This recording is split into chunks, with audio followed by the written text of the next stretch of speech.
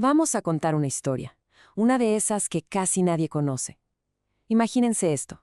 Estamos en 1939. Europa está al borde del abismo y de repente una petición de ayuda desesperada cruza el océano. Lo increíble es que la respuesta no vino de un gran gobierno, sino de un grupo de personas en San Luis Potosí, aquí en México. Esta es la historia de cómo unos masones mexicanos se movilizaron para ayudar a los refugiados de la Guerra Civil Española. Miren, todo empieza con una carta. ¿Y qué carta? La fecha, 21 de marzo de 1939. Viene de la Gran Logia de Francia. Y lo que dice es, bueno, es desgarrador. Habla de nuestros hermanos de España, sus mujeres y sus hijos, que llegaron a Francia en el más completo agotamiento. Fíjense bien, no están hablando solo de hombres o de soldados, no. El mensaje es clarísimo. Son familias completas, mujeres, niños, que lo perdieron todo huyendo de la guerra. Llegaron con lo puesto y nada más. Y aquí es donde uno se pregunta, ¿no? ¿Cómo es que esta crisis, que ocurría a miles de kilómetros de distancia, termina resonando en el corazón de México? Porque increíblemente, una logia masónica de San Luis Potosí lee esta carta y decide que tiene que hacer algo. ¿Pero por qué? ¿Qué los motivó a involucrarse? Vamos a conocer quiénes eran. Bueno, pues aquí los tenemos, la Logia Progresista de Potosí. Y antes que nada, hay que quitarnos de la cabeza esa idea de la sociedad secreta que se junta en la oscuridad, porque estos masones de San Luis Potosí eran justo lo contrario. Eran una voz pública muy activa y sobre todo muy progresista. Su historia, la verdad, corre en paralelo a la de México. O sea, se fundan en 1891, todavía en pleno porfiriato, pero en cuanto cae Porfirio Díaz, en 1911, empiezan a tomar su propio camino. Para 1929 ya tenían su propio edificio en el centro de la ciudad, imagínense. Y para los años 30, que es donde se sitúa nuestra historia, ya estaban totalmente consolidados como una organización con una voz pública muy fuerte y una agenda de ideas muy, muy claras. Y esto es importantísimo para entender lo que viene después. No se escondían, para nada. La Logia El Potosí quería, de hecho, estar justo en medio del debate público. Su meta era influir, participar en la conversación social de su tiempo. Y para eso, se hicieron de una herramienta, vaya, muy moderna para la época. Esa herramienta era su propia revista, llamada El Potosí. Y no era un folleto nomás para ellos. Era su voz hacia afuera, su manifiesto. Ahí hablaban de justicia social, eran muy críticos con el dogma religioso, y fíjense qué interesante y adelantado a su tiempo. Ponían en la portada a mujeres importantes como María Cedillo Salas. Era una forma muy directa de decir, oigan, aquí estamos, y esto es lo que pensamos. Ahora, para entender bien por qué hicieron lo que hicieron, tenemos que ampliar la toma. No podemos ver a la logia como algo aislado. Hay que entender qué estaba pasando en México en esos años, en la década de los 30, porque el país entero estaba hirviendo. Había un movimiento político y social que lo estaba cambiando todo. Y ese movimiento, claro, era el cardenismo, el proyecto del presidente Lázaro Cárdenas. Estamos hablando de una transformación profunda, reforma agraria, apoyo total a los trabajadores y, un pilar fundamental, la búsqueda de una educación laica y socialista para todo el pueblo. Y aquí es donde todo encaja. Es fascinante. Si ponemos los ideales del cardenismo a un lado y los de los masones de Potosí al otro, es como ver un reflejo. El gobierno hablaba de educación socialista, los masones de fomentar la razón.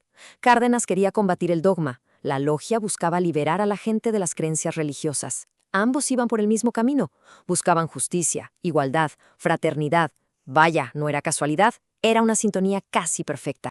Y ojo, que esto no era pura teoría, Tenemos pruebas. En los archivos se ve cómo otras logias locales, por ejemplo en Charcas, ahí mismo en San Luis Potosí, andaban repartiendo propaganda del gobierno a favor de la educación socialista.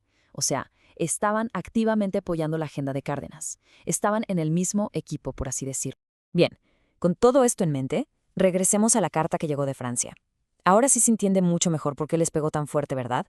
Para los masones de Potosí, la tragedia de los refugiados españoles no era un problema ajeno, lejano.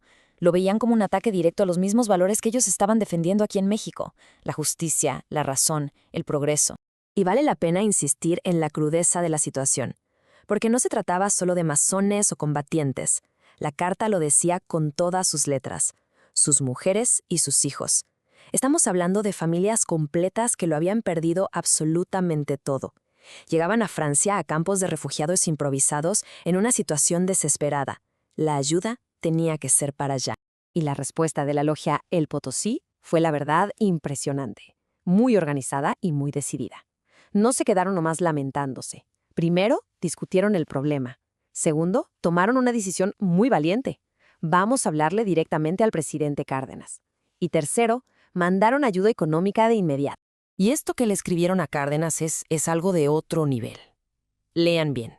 Le piden que ordene que se les den pasaportes a los masones españoles refugiados y que se les admita en México. No están pidiendo limosna. Están pidiendo acción política al más alto nivel. Están pidiendo que México abra sus puertas, que sea un refugio. Eso es usar su influencia para intentar salvar vidas. Así de claro. Y además de la movida política, también hubo ayuda material. Enviaron 100 pesos a Francia. A ver, hoy 100 pesos nos pueden sonar a poco, pero hay que pensar en la época, en 1939.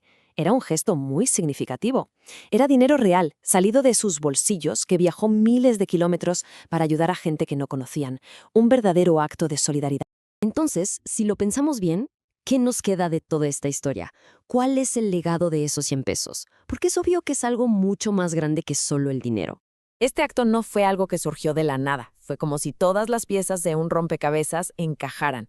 Por un lado, tenías los ideales de una logia en San Luis Potosí. Por otro, la política del gobierno de Cárdenas a nivel nacional. Y finalmente, la chispa que encendió todo, una crisis internacional. Todo se conectó en ese momento. Entonces, ¿qué podemos aprender de este episodio?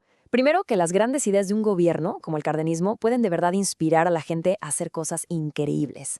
Segundo, que un grupo local, desde una ciudad como San Luis Potosí, puede tener un impacto a nivel mundial. Y quizá lo más importante, nos enseña cómo las palabras bonitas como fraternidad o igualdad se pueden convertir en algo muy concreto, en ayuda real, pasaportes para refugiados y sobre todo un enfoque muy claro en ayudar a las familias, a las mujeres y a los niños que eran los más vulnerables. Al final, esta pequeña historia que empezó con una carta y un grupo de masones en San Luis Potosí nos deja pensando, ¿no? Nos deja una pregunta muy fuerte. En momentos de crisis, cuando todo parece gigante y fuera de nuestro control, ¿cuál es el verdadero poder que tiene un grupo de personas, por pequeño que sea, cuando actúa con una convicción